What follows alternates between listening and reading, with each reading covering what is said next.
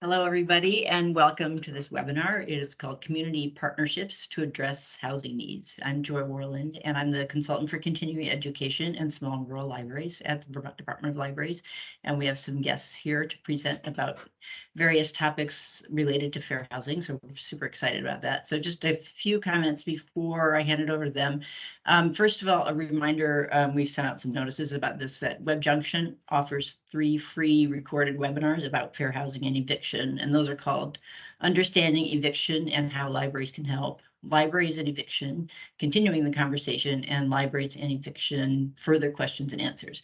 So links to all of these are on our website on the Fair Housing page of the Department of Libraries website, and I'll put a link to it in the chat as well. So those are free. You can do them at any time, and we're just promoting them, especially this month, so people can get some context with libraries and housing issues.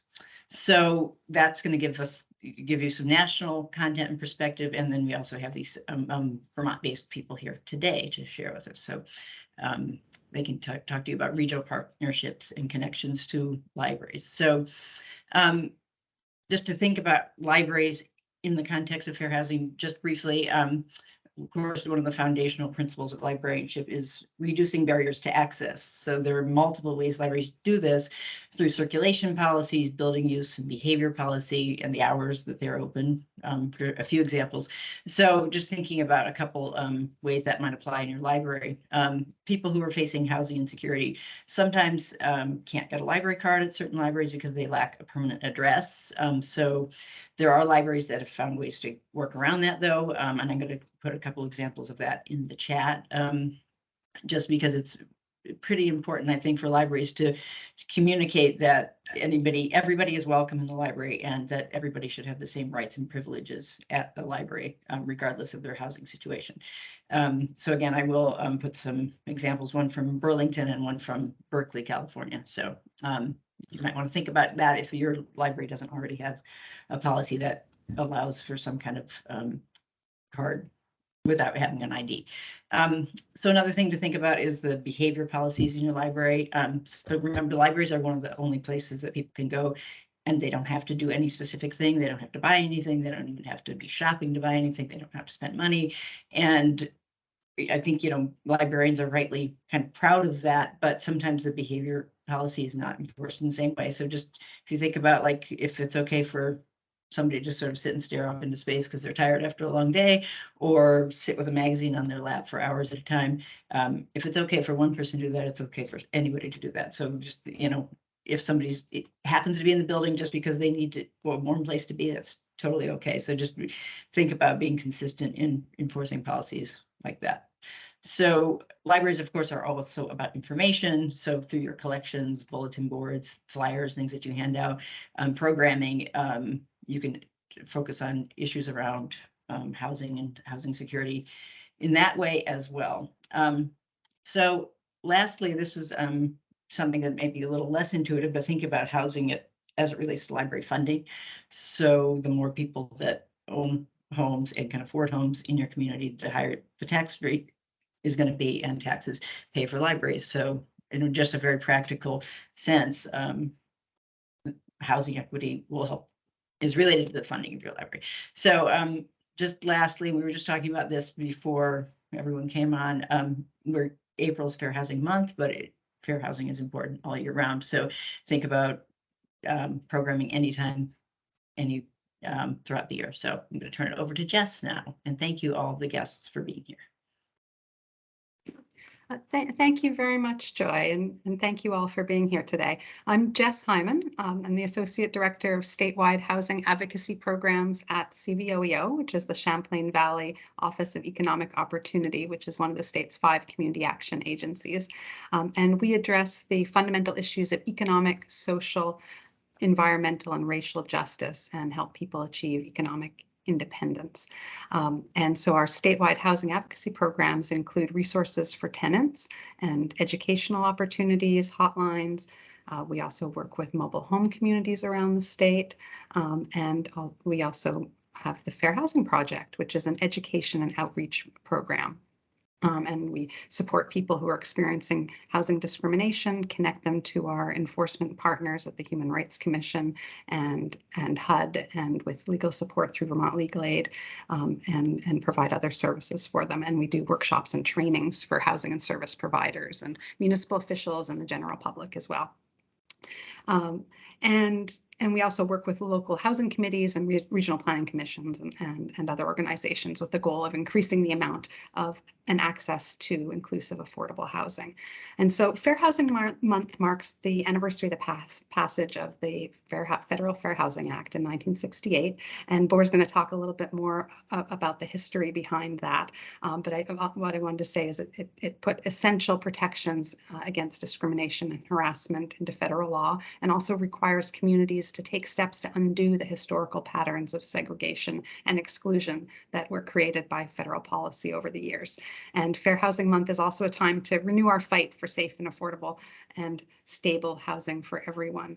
And we, over the course of this month, we have a whole series of activities, of workshops and information sessions, webinars, art activities, and other events put on in partnership with the Vermont Department of Libraries, with the Vermont Affordable Housing Coalition, Vermont Legal Aid, the Human Rights Commission, and a whole bunch of other arts and community and housing organizations. And we're so grateful for the community support and all the fun that comes out of this. We're also talking before this session about how, how powerful it is to celebrate the positive things about inclusive communities and fair housing, and to celebrate what works and the ways that we're all connected to each other, because there's so much wrong in this world that when we can celebrate the things that make it work and show people what inclusive and diverse communities are and why that's important,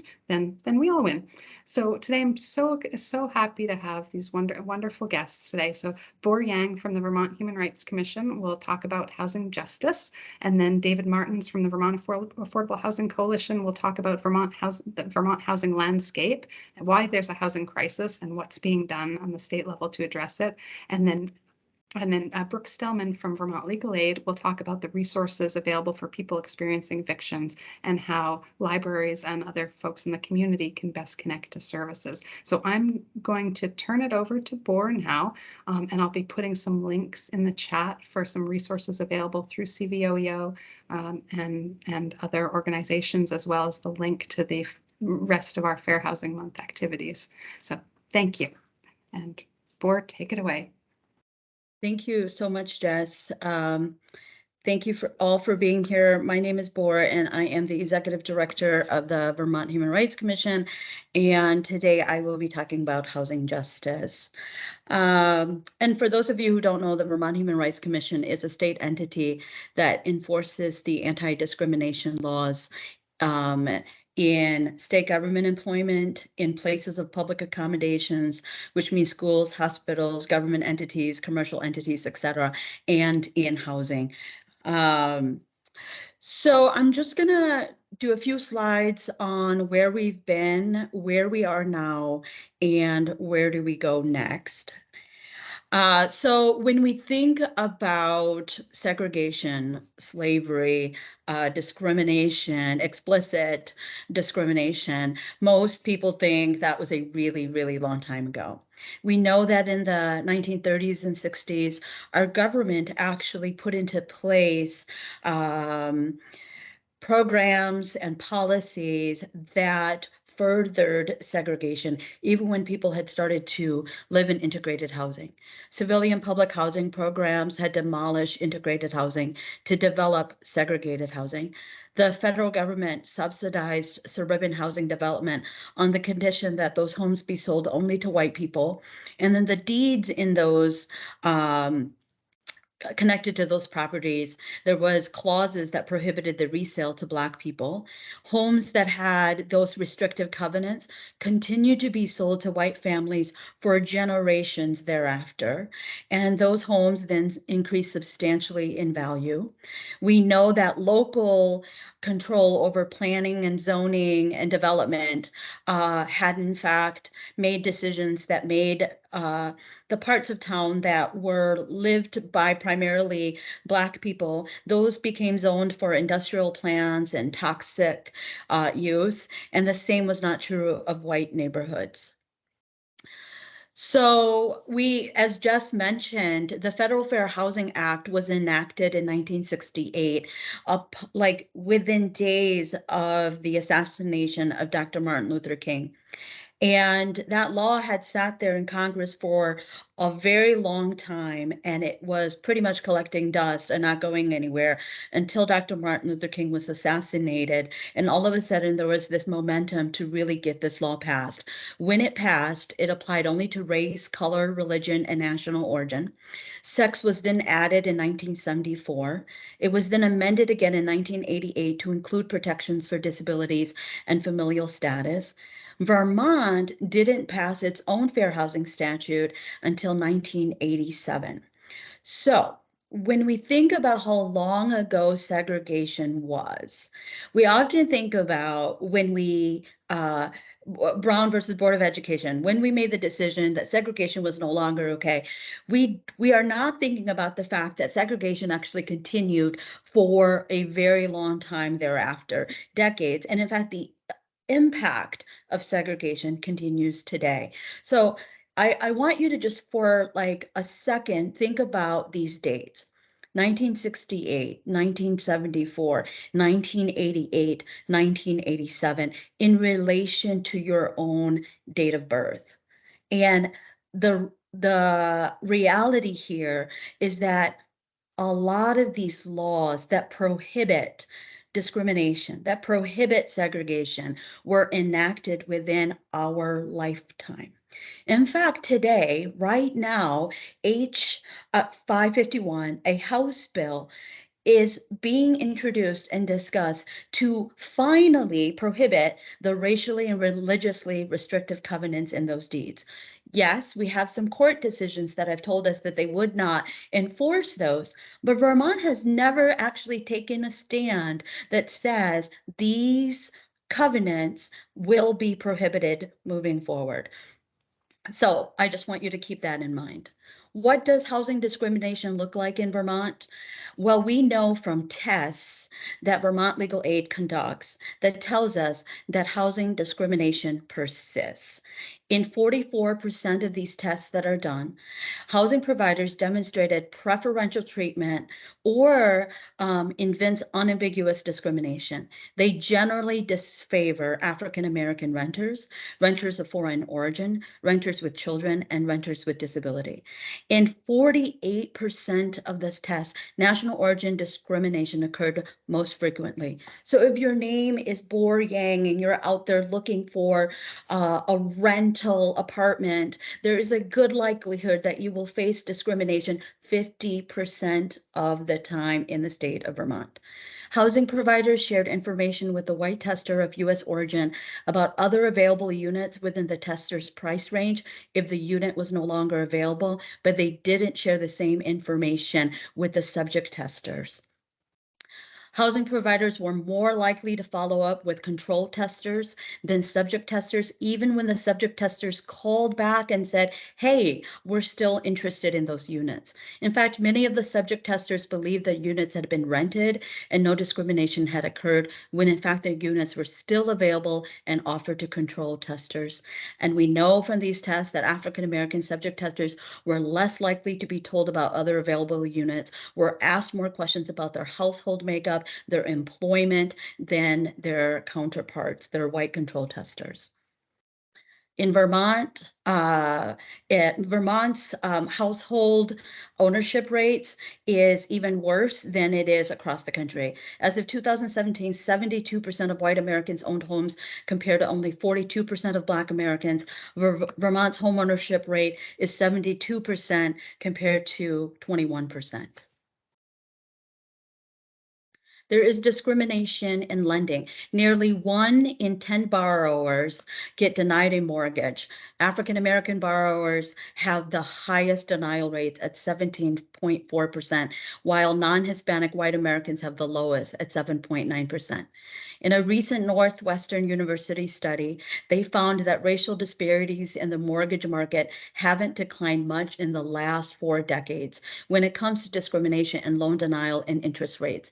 Black and Latino mortgage applicants are more likely to be declined than white applicants and more likely to be offered high-cost loans if they are approved at all. So the final question really is, where do we go next? Where do we go from here? Knowing that what the state of discrimination looks like today is still very much impacted by segregation within our lifetime and the decades before that. Maybe the first thing that we can look at is the formula for which banks are using to determine who is credit worthy. When we think about that formula, what are the primary factors that come to mind in terms of what banks are looking at? They're looking at whether someone is employed and where they're employed and what the title of their job is and their income. They're looking at how much someone has cash in hand. They're looking at debt to income ratio, and then they're looking at credit score. Now, while all 4 of those things look pretty neutral on their face, the reality is we know from many, many studies that tell us that in the employment arena, people with stereotypically white sounding names get callbacks more often than black sounding names. We know that people of color, particularly women of color, get paid less than any other group. We know that BIPOC Vermonters are more likely to be terminated at work and more likely to leave employment in the state of Vermont. When we think about cash, we know that income is different between white households and black households. We know that non-white Vermonters are more likely to have low incomes. African Americans own approximately 1/10 of the wealth of white Americans. So think back to those covenants that I talked about that continue to be, that those homes continue to be sold to white families in the generations thereafter, and what it means to accumulate wealth in this country and how we do that. We know that African Americans have fewer assets than white people and are less likely to be homeowners, to own their own businesses, to have retirement accounts. When we think of debt to income ratio, we know that black households have more costly debt. They owed larger amounts of high interest debt, such as installment credit, student and car loans. And then even something like credit scores, which is designed to be neutral, technically, really only take into consideration things like mortgages, student loans, car loans, credit cards. These are also the types of loans that favor white Americans. Most credit scoring agencies don't factor phone bills, utilities, or rent, which are more broadly used across under-resourced communities. So we need to start thinking beyond what the factors that we have traditionally used as being neutral to determine who is credit worthy and who should be given that mortgage loan, that personal loan, that car loan, and so forth. We need to enact laws that will address past harms, such as those restrictive covenants, not just prohibit them in the future, but creating laws that take a look back at our history and who has been harmed by that. And we need to pass laws that really focus on BIPOC land ownership, building affordable housing with an eye for equity, changing the legal standards that we use in our court systems for how we decide who has been subjected to harassment and discrimination in housing. And really importantly, we need to ensure that the housing decisions that are being made include and perhaps led by the impacted communities, decisions that are being made at the local level, as well as the state level and national level, as well as in our commissions and state agencies. So thank you for this time, and I'm happy to answer any questions later on.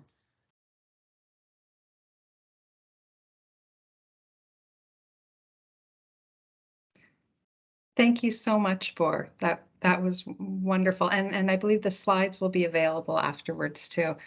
So next up, we have David Martens from the Vermont Affordable Housing Coalition.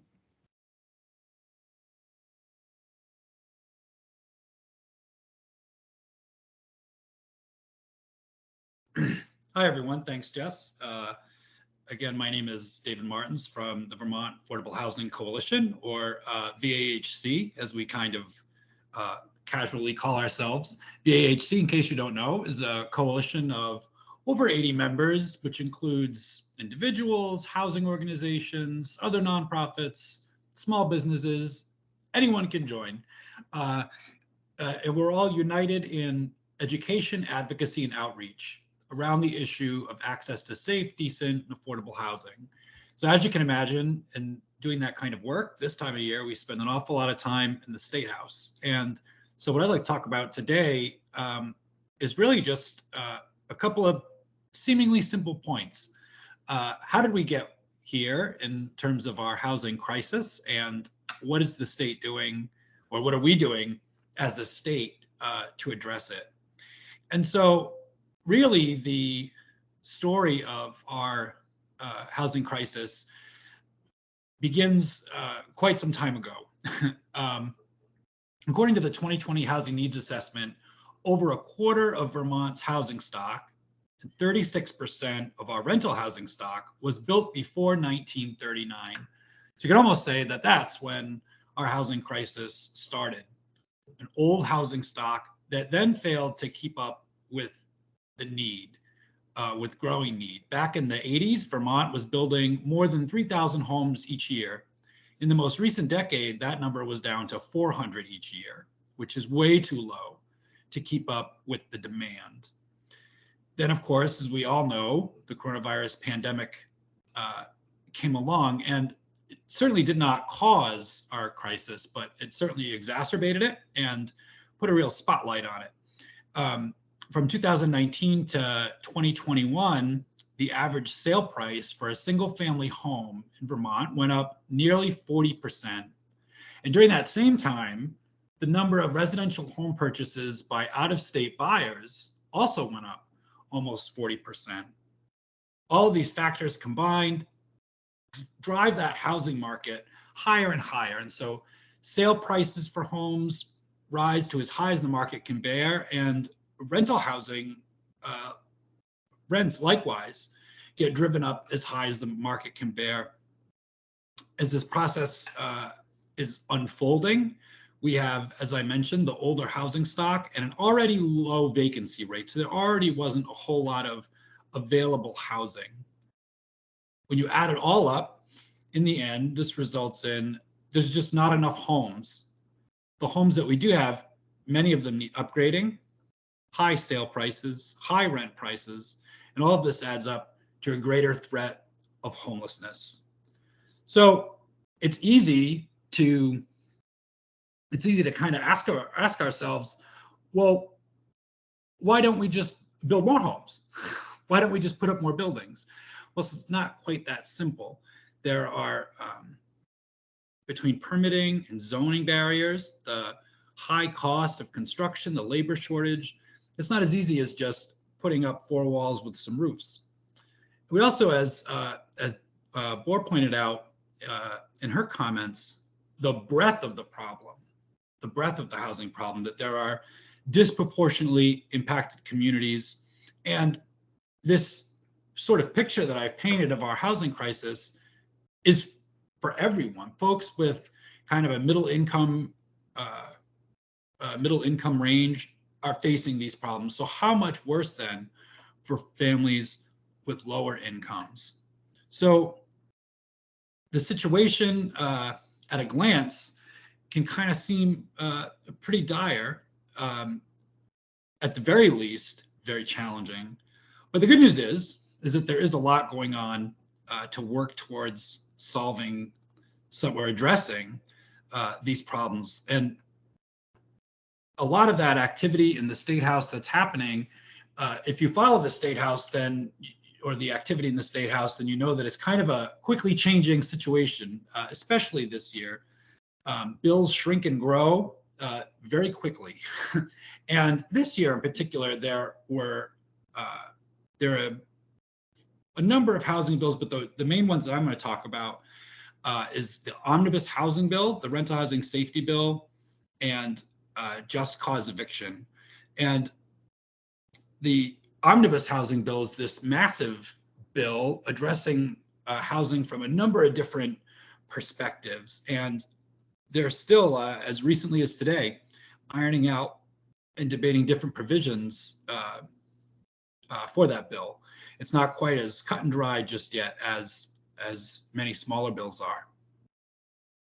But essentially, all of this taken together, one approach that is being taken to the legislature is to increase incentives and pathways for new development. And they're doing this through tax incentives, lowering barriers that are produced by Act 250. We're all concerned about housing and conservation, and those two things are certainly not contrary to each other. They're not opposed to each other. We just have to work carefully to make sure that they work together and strengthen each other.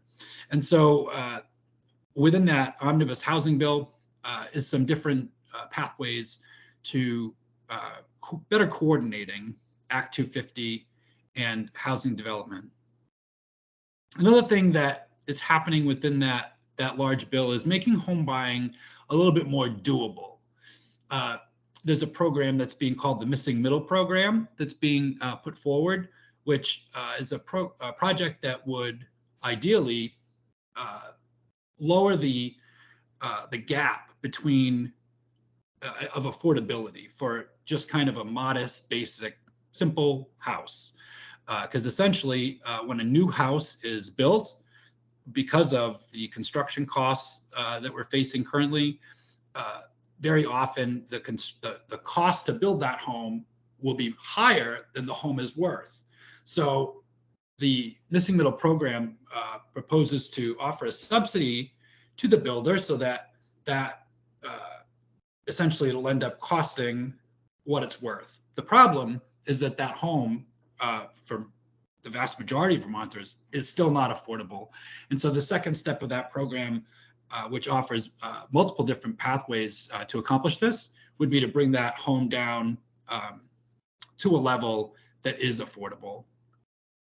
Also within this omnibus housing bill is a program for first-generation home buyers to make it a little bit easier for folks who are not only first-time home buyers, but first generation, the first in their family, to purchase a home.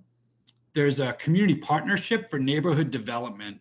And this program is basically a collaborative among municipalities, nonprofit organizations, for-profit developers, state agencies, as many stakeholders as you can imagine, who would come together in a partnership to develop at least 3 pilot neighborhoods within the state that could grow in smart growth areas, but as a real intentional and well-coordinated partnership.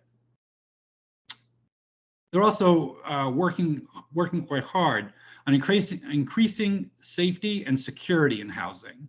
So that rental housing safety bill that I mentioned would transfer the responsibility of rental housing safety inspections from the municipal level to the state level.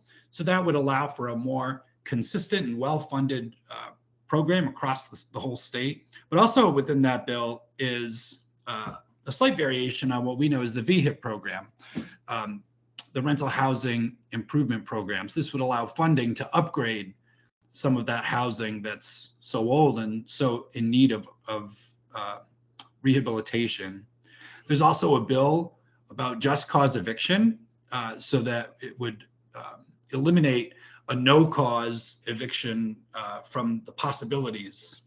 Because currently, if you have, and this is within the city of Burlington, if you live in Burlington and your lease comes to an end, the period of time for your lease comes to an end, and everything has gone fine, there's been no issues, the landlord still can move forward with what we would call a no-cause eviction, that you are not guaranteed to stay in that home. So we're working to change that. And also within that omnibus housing bill that I mentioned is a temporary prohibition on tax sales. So, them selling the home when you're behind on taxes. That's a lot. And all of these things are what's in the works today. And I think that what's so important to point out is that we're coming at this issue from multiple directions. And that's so important because it's a multifaceted problem. It's a multifaceted challenge. It's not just a matter of rents are too high or just a matter of we don't have enough buildings. It's all these different pieces and parts that really require a lot of creativity, thinking outside of the box, and coming at it from different perspectives. And finally, I think that what's also really inspiring is that in all of these conversations, over and over again, the legislators are talking about the prioritization of folks who are disproportionately impacted by this crisis. Just today, they were talking about adding a piece to that omnibus bill, which would be the Vermont Land Access and Opportunity Board, to put together this really diverse board that would work on realistic solutions to those disparities within the housing world in our communities. So the problem is big, but so likewise big is our hope and our efforts towards working towards that solution. And I'll be here after and happy to answer any questions. Thank you very much, David. And next up, we have Brooke Stephan from Vermont Legal Aid. Hi, everyone. Thanks for inviting me here to learn and be in community with you all. I use she, her pronouns, and I'm an advocate at Vermont Legal Aid. So basically, I'm a paralegal who's working with folks who are facing eviction and just tenants at large who have questions about their rights and their tenancy. So let me make sure that's presented. You all can see. Can someone give me a yes, or can you see my screen with the slides? Yes, we can see. Okay, perfect. Oh, except for now we see something else. Oh, how about now? Now we see nothing. Oh, there, really? perfect. There, it It took is? a second to come up. You're all Okay, set. perfect. Okay, thanks all. That's always a tech barrier. So actually, that's kind of what I wanted to start on is what is the role of libraries for tenants facing eviction in Vermont? And the first thing I thought of when I think of the library is the access to technology. Having access to a computer and a space to navigate the internet is really important for folks who may not have that at their home or may not have a home. So having access to a computer might be the only way a tenant can email documents to the court or find out about their court case or apply for rental assistance. So I think libraries and their access to technology goes hand in hand with eviction, tenancy, and housing in Vermont. Second, I thought of making referrals and pointing people to information and community resources. We all know that the landscape for organizations in Vermont, a lot of people here to help, a lot of organizations here to help, but sometimes it's confusing navigating where to send someone and what they need. What every individual family is facing is unique to them, and they have multiple needs. Even for folks who are being evicted, housing might not be the only thing that they need in their lives. And the library, I think, can provide some of that directing to resources in the community that can be there to help, to point to a food shelf, to point to Vermont Legal Aid for legal advice, or to programs in the community that can help with childcare. So thinking about folks and families who are facing eviction as having multiple needs and directing them the best we can. But to give you a little bit about eviction in Vermont, I'm not going to tell you all the rules and regulation and laws that we have, because that would be a much longer presentation and I'm sure a little bit more boring. So I'll tell you a little bit about what I know and what I think would be helpful for you if you encounter someone that may be facing eviction in Vermont. The first is something that has many names, often called a notice to quit, termination notice, or a notice to vacate, or an eviction notice. This is usually what I see tenants contact Vermont Legal Aid about first in their eviction process. It is a notice that the landlord gives to a tenant when they want them to move out, and they need to give that tenant notice. Sometimes the landlord gives good legal written notice with a proper timeline, and sometimes they don't, which can be good later in someone's eviction defense for ways to try to get the case dismissed. But generally what this is a written document given to the tenant, and it has some date on it saying that you need to be out of your unit by this date. And this is not necessarily a court document. It doesn't mean that a court case, an eviction has been filed yet. And most importantly, it does not mean the person needs to leave on that date. So if for some reason a person showed you this notice and you just aren't really sure what to do, I think a great first step is contacting legal aid so we can explain exactly what this notice means and what the tenant should do next. Really importantly, again, they don't need to leave on that date, and the only person that can remove a tenant from their unit is a sheriff through a court order signed by a judge. So moving on to what types of eviction are in Vermont, there is non-payment of rent for cause for breaching the lease, and no cause. There still is no cause right now. So like David was saying, even if you were paying your rent and being a good tenant, there is still a possibility for you to be evicted for no cause. I won't get into all the timelines and everything about each type of those evictions, but it's kind of good to know what kind of eviction the tenant is facing to try to connect them to the best resources. And then lastly, there is illegal eviction. So if a landlord shuts off a tenant's utilities or locks them out, that is illegal. And you should contact Vermont Legal Aid immediately. Or if it's on a weekend or for some reason you're not getting through, you should have the tenant call the police or call the police on behalf of the tenant, because that is illegal if they did not go through a court process to evict someone. All right, so moving into some resources that are available right now for tenants. I'm going to go through a couple programs that exist in Vermont for different families, different individuals here. So the first I want to talk about is the Reach Up Rent Assistance Program.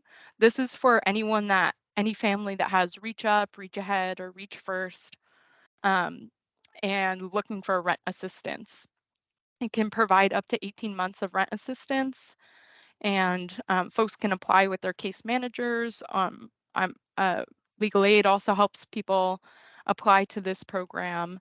So even if they're not facing a court eviction yet, or they are, both scenarios, this is a really great way to get caught up on rent and try to prevent an eviction and maintain the tenancy. Likewise, there is the Vermont Emergency Rental Assistance Program, often called VRAP, which is mostly what I work on these days, helping folks apply and navigate that program. And what it is like the Reach Up Rent Assistance Program, provides rental and utility assistance to folks for either past due bills or bills in the future. And for folks who are facing eviction, there is priority processing of their applications to try to save the tenancy and get the case dismissed. And like Reach Up Rent Assistance, it provides up to 18 months. So if someone was behind 8 months of their rent, they could use 8 months to pay the back rent and still have up to 10 months in the future to use. Right now, the program is expected to run definitely through September 2022, but we expect that it will run afterwards. Utilities also up to 18 months of assistance. That was a recent change, so great for anybody that has like a shutoff notice to apply for this program. And then lastly, I want to talk about Money to Move.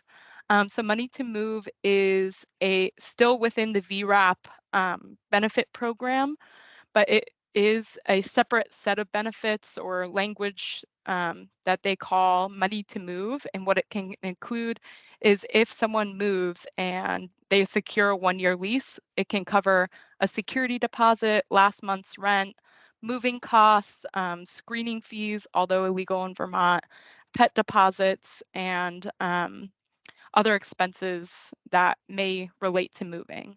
And then there is, yet again, another separate set of benefits still within the Vermont Emergency Rental Assistance Program called the other expenses related to housing. And this is for repairs and essential maintenance to apartment buildings that to maintain habitability. So it could be things like bed bug remediation, mold abatement, replacement of a red tagged oil fuel tank, and any other exigent repair deemed necessary by like a town health officer or a professional. And that's up to $30,000. So it could be a really good resource to repair some of that old housing and maintain a tenancy, because we all know there's not a lot of rentals available right now.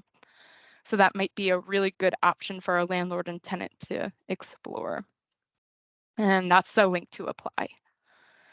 The next thing I want to talk about is mediation. This is a program that's run through the Vermont Landlords Association. It is what it sounds like, an attempt to mediate between the landlord and tenant by coming to a compromise to try to maintain the tenancy. I will say Vermont Legal Aid will always provide an advocate to the tenant when they go into mediation, so that it's not just landlord and perhaps the landlord's attorney against the tenant. Legal Aid will provide assistance for free and be there for the mediation. So that is a great resource. It's not for everyone. Not every landlord-tenant relationship is able to come to an agreement. Not every relationship is able to be salvaged, but it is a great resource for landlords and tenants who have a problem but think they want to work it out and think that they can come to an agreement on both sides. And then there is the link to that as well. Moving on to just some broader community resources. Like I said in the beginning, it is kind of confusing sometimes in Vermont where to send people, especially for their particular situations. But I was thinking in terms of people who are facing eviction and different situations that may come up, available resources in the community.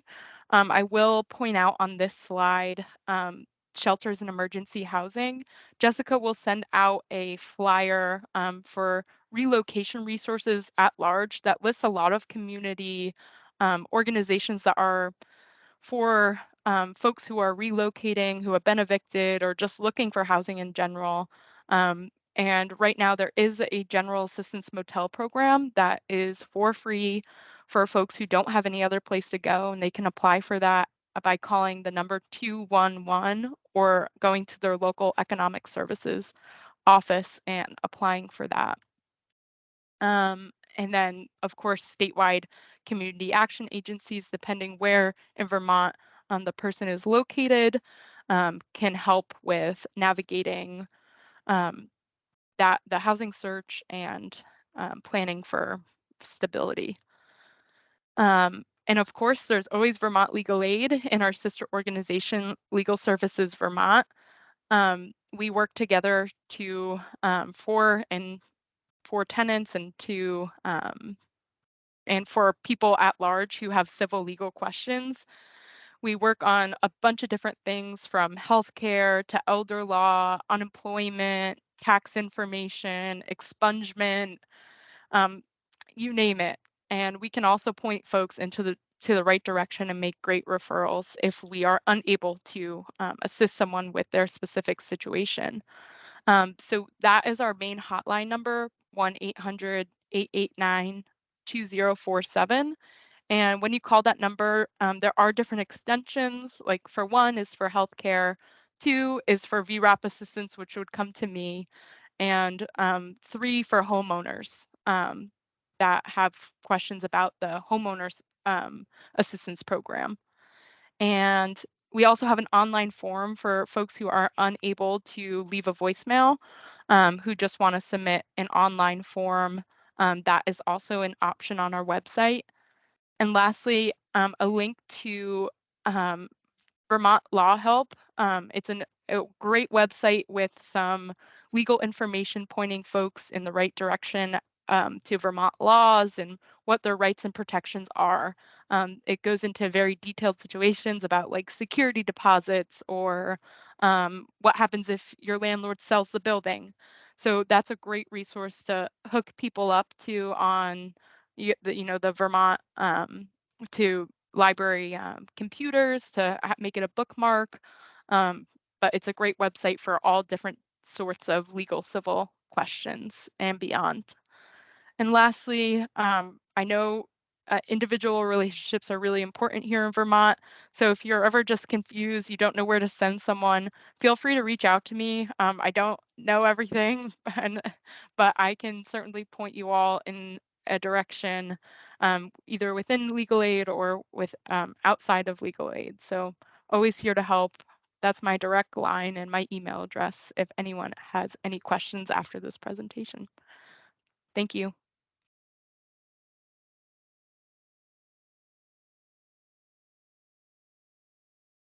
Thank you so much, Brooke. That was wonderful. And all the resources were in the chat. And then Joy will send them out afterwards. And so now I'll turn it over to Joy for the Q&A. Okay, thank you. Thank you all for presenting. I'm learning so much. So we'd love to open it up for questions. Everybody can write in the chat if they have questions, or just raise your hand and unmute and speak. I'm going to lead off with one question. I'm just wondering about, do any of you in any of your capacities would you be willing to go directly to a library and do a presentation like this for patrons at the library?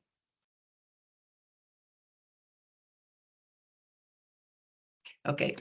I was just thinking that, I'm not working in a library now, but I could imagine that this would be just a very helpful to people, in the community to be able to go and actually hear this directly. Any questions from other people? And also, Joy, we've done implicit bias trainings through libraries as well. So they hosted and invite community members, and the HRC will show up and do those trainings. This was pre-COVID, of course, but like we could certainly do that virtually or in person. Yeah, that's great to know. Thank you. So it looks like Jennifer, you have your hand up. You can go ahead and unmute.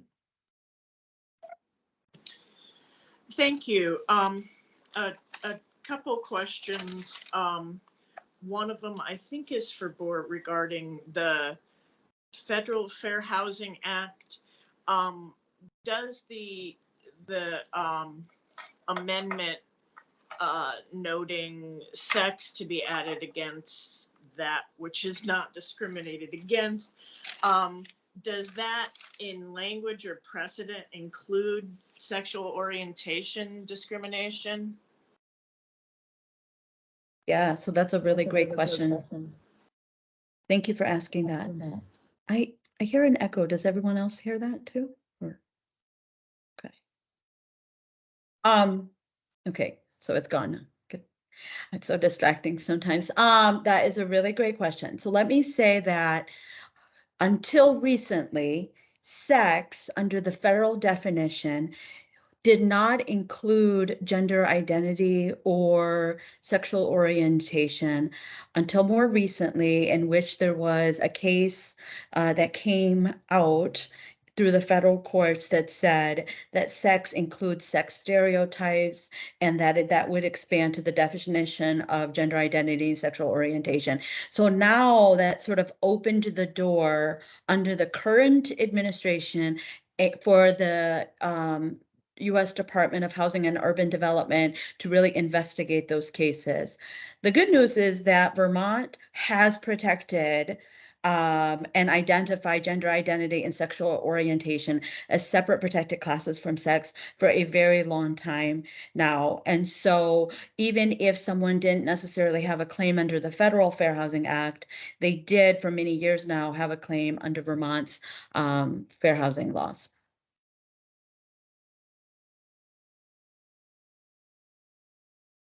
Jennifer, did you have another question as well?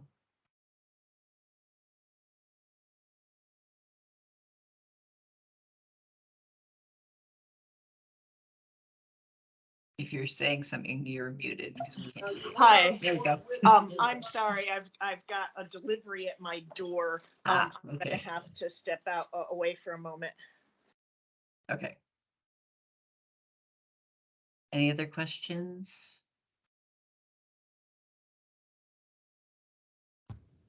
I had a quick question. This is Wendy.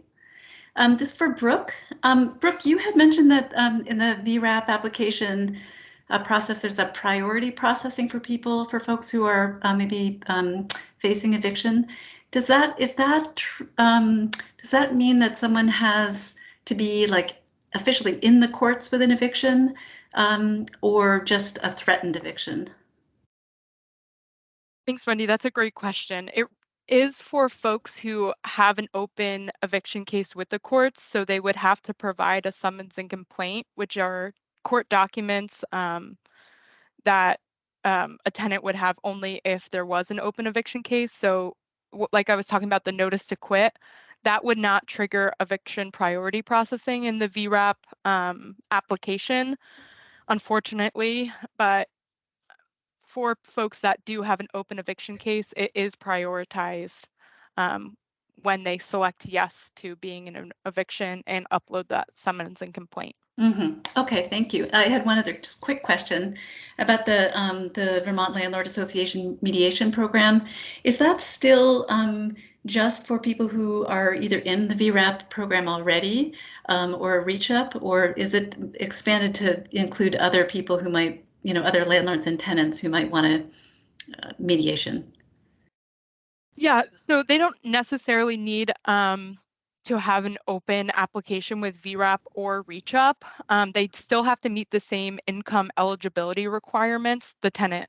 And if the mediation results in an agreement to applying to that, then the tenant, would have to apply. But no, they don't ultimately need an application for VRAP or the Reach Up rental assistance to participate in the mediation. Okay, so it's more initially income eligibility. Okay, all right, thank you. Yes, it's funded with the same source of funding. So the ERA funds are what fund the program. So yes, still the income limits, but they don't need to have the applications. Okay, perfect. Thank you. So for the library people that are here, I hope we can all see Jess's question. What kind of housing related questions do you receive at your libraries?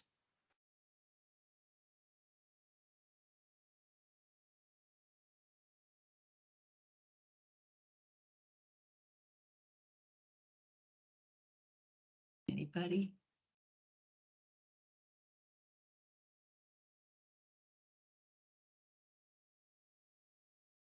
I'm trying to remember. And Jonathan and Karen, have you gotten questions about housing when you were working at libraries?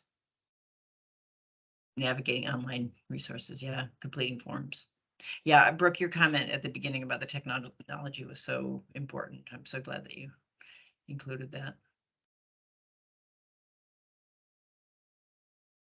And in terms of resources, what would be most helpful at your libraries? Housing availability, yeah. Yeah, Jennifer, the questions about available affordable housing, those are tough questions to answer because there really are not enough homes available. There's such a shortage of housing and it's really tough for people to find it. And there are a lot of scams out there too. We're hearing more and more about housing scams. And And there are some good resources online, and also CVOEO offers a finding housing workshop that helps folks with tools to search for housing, tips, how to present themselves well, say if they have a poor credit history or a bad landlord reference, and also a bunch of other skill building activities too. So on the links that I shared related to CVOEO's Vermont Tenants Program, you'll find the links on there too, as well as on the resource sheet that I shared. Is one of the resources a handout sheet about tenants' rights? Yes. Okay. Yeah, one of the links, I think I included links to two info sheets, one from Brooke about excuse me, it's hard to see the chat here. Let's see, there we go, on relocation resources. And then there's another one that's titled More Housing Resources, and that has basic fair housing information and what to do if you experience housing discrimination on one side, and on the other side, some other housing resources. Yeah, I'm imagining those would be great to just print out several of them and have them, strategically placed around the library at the circulation desk or other places. Maybe somewhere discreet so people can take them without, everybody necessarily noticing that they're picking it up. And I will send out all the links in the chat, and I did put an evaluation link in the chat as well, if people could grab that and do an evaluation of this. One last chance for questions. Anybody? Jennifer.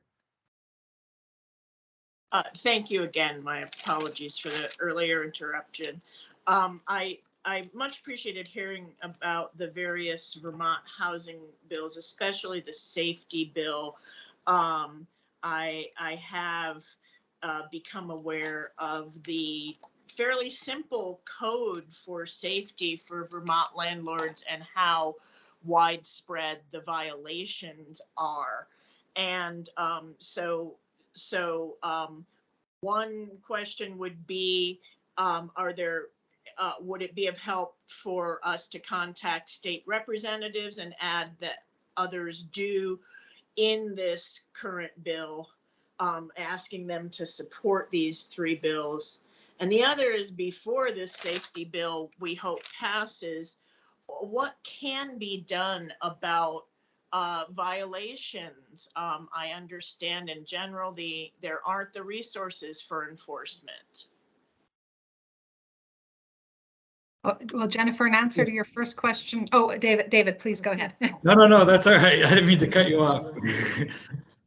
I was just going to say yes.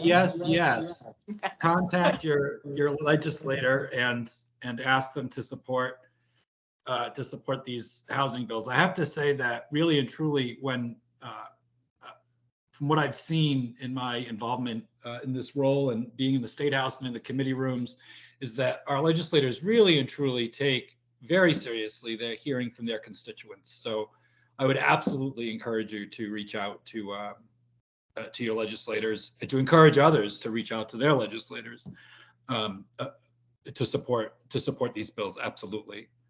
And I'm sorry, Jess, I just wanted to get that out. No, that's absolutely perfect. Thank you. And then in answer to your second question, Jennifer, the first thing that someone should do if they're experiencing habitability issues in their rental housing is they can call their local town health officer or call the Vermont Tenants Hotline. And that number is actually Wendy, if you wouldn't mind putting the number in the chat. And we have incredible advocates. It's a statewide service and can help connect folks to their town health officer or other resources related to rental housing safety. And we need to get the rental housing safety bill passed so that we can have solid enforcement of basic rental safety in the state. Thanks, Wendy. And I will add, like Vermont Legal Aid, we also provide resources for people facing habitability issues. And like I said, the utility shutoffs, anything like that, immediate priority for us.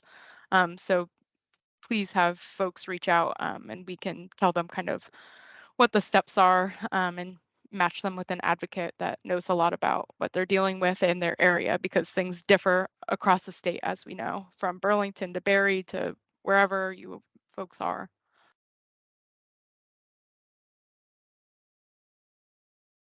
All right, well, we are out of time and this was very informative. Thank you so much. And Jess, thank you for working with us again throughout the planning and throughout the month and for all the great work that is going on at all of your organizations and for the creative things you're doing that to include libraries. So thank you all very much. Thank you. We're so grateful to partner with all of you. Thank you, Brooke. Thank you, Bor. Thank you, David.